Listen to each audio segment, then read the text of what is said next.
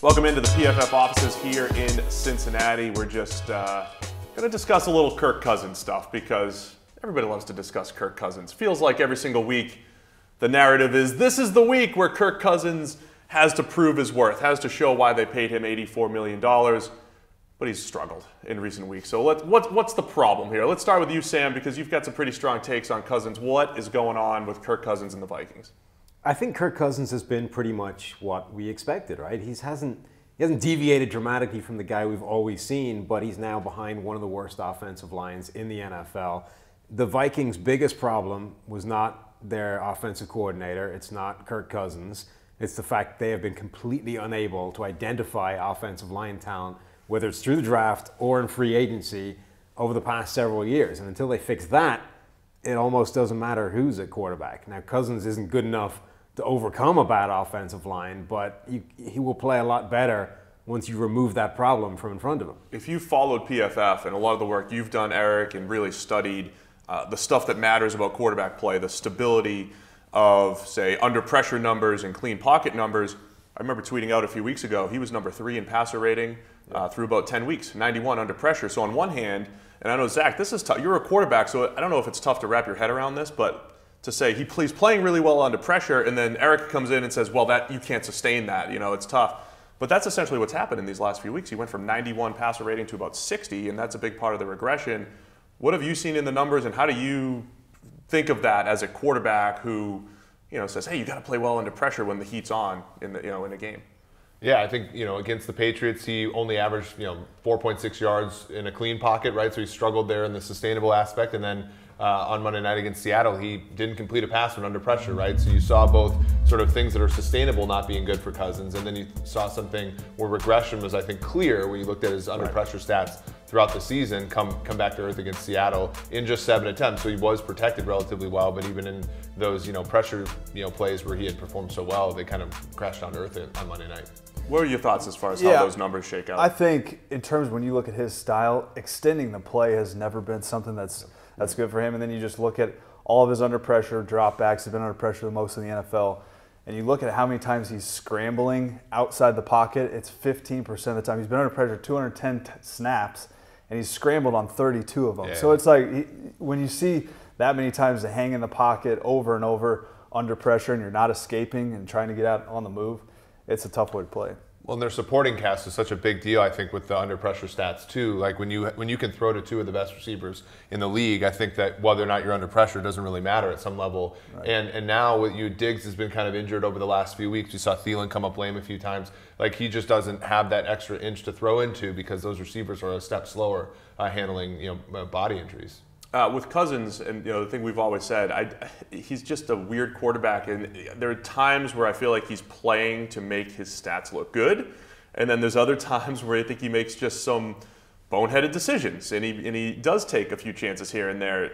Sam, explain the analogy because you were very excited about this. What do we got, Sam? But there's so many boneheaded plays on Kirk Cousins' tape over the last few years. Right, and people will immediately say, well, he's not a smart quarterback. He makes too many bad decisions, and he does. But if you listen to him explain a play or you let him walk through some stuff, he's a really smart quarterback. Like the things he's able to diagnose and talk about and work through in split-second progressions, he knows exactly what he's doing. He is a smart quarterback. What he doesn't seem to have is this ability to instantly make a quick decision when something has happened different to what he's expecting, or if a couple of things start to happen.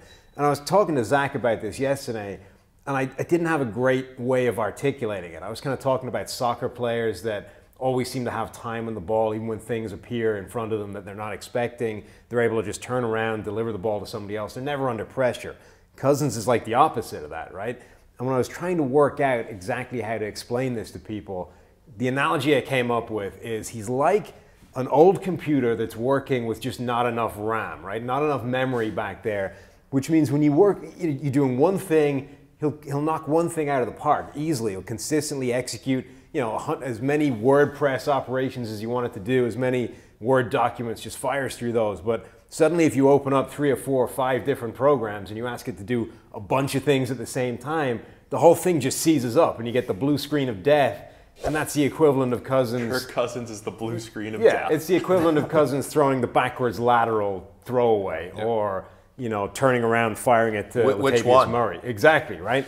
Or what is it? Taking a knee instead of spiking it, or whichever That's way. the ultimate one for me. Right. Took a knee, like he pressed the wrong button in Madden, so to speak. He took a knee instead of spiking it. And all you saw there was we maxed out on Kirk Cousins' RAM in his head, and we glitched, we seized. The computer seized up, there wasn't enough RAM there, and that's what we saw. A smart quarterback who, when too many things are happening at once, just freezes. But that's, I think, how you see some of his throws are just so beautiful, right? Because if he hits his back foot and that one of those great receivers from Minnesota's open, he can hit them, right? But the moment, as Zach said, anything sort of perturbs, it's going to be a struggle, and that's kind of what has happened when their supporting cast isn't quite as good. Yeah. Do you see that a little bit, Zach, as far as his playing style? And is there anything with John DeFilippo that you saw, good or bad?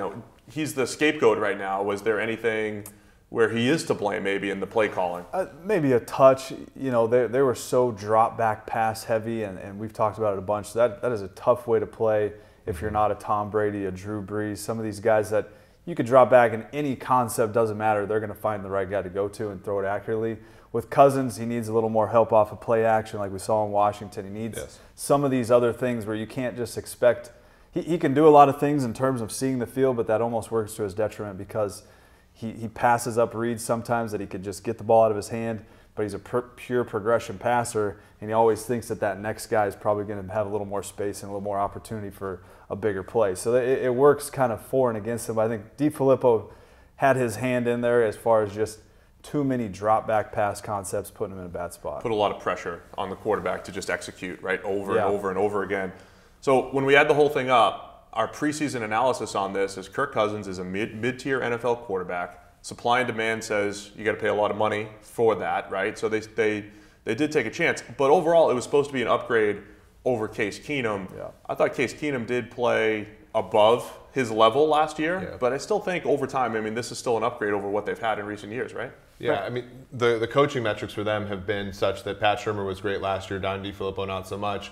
Early down running, they're the worst team in the NFL in terms of a success rate type measurement. I think some of those things come back to the pack, and you do see some more success for them. Last season, Case Keenum played to like his 90th or 95th percentile. So it's a high bar even for somebody like Cousins, who we think is better than Case. I think some of those things come back down with regression, with the coaching change, and even like a new season next year or something like that. I think that we will start to see some of Cousins' potential realized. And we are seeing that this year, that even Kirk Cousins is the guy getting all the heat because he has the big contract, but Case Keenum is playing like crap in Denver. He is not grading well at all. He's grading way worse than Kirk Cousins is. So even at that point, the debate is not would you rather Kirk Cousins or Case Keenum, it's would you rather Kirk Cousins at $28 million a year guaranteed or Case Keenum at 2/3 of that price. Now that is a fair debate, but when people are talking about that, you have to understand that Kirk Cousins' contract is not bankrupting the Vikings. Yeah. They still have plenty of cap room. They still have the ability to manufacture even more cap room. Kirk Cousins is not the reason that there is no offensive line protecting Kirk Cousins. They already went out and they spent on Riley Reif and Mike Remmers, and both those guys are problems right now.